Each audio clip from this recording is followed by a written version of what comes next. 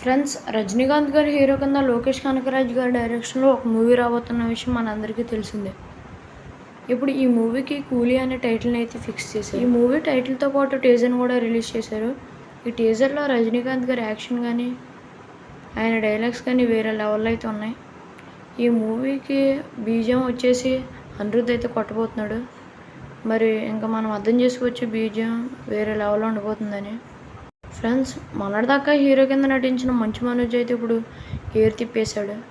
మోహన్ బాబు గారిలాగా ఈయన కూడా ఇప్పుడు విలన్ క్యారెక్టర్ని అయితే చేయబోతున్నాడు. యంగ్ హీరో తేజ సజ్జా హీరోగా రాబోతున్న మిరాయి మూవీలో మంచు మనోజ్ని విలన్ కింద ఫిక్స్ చేశారు.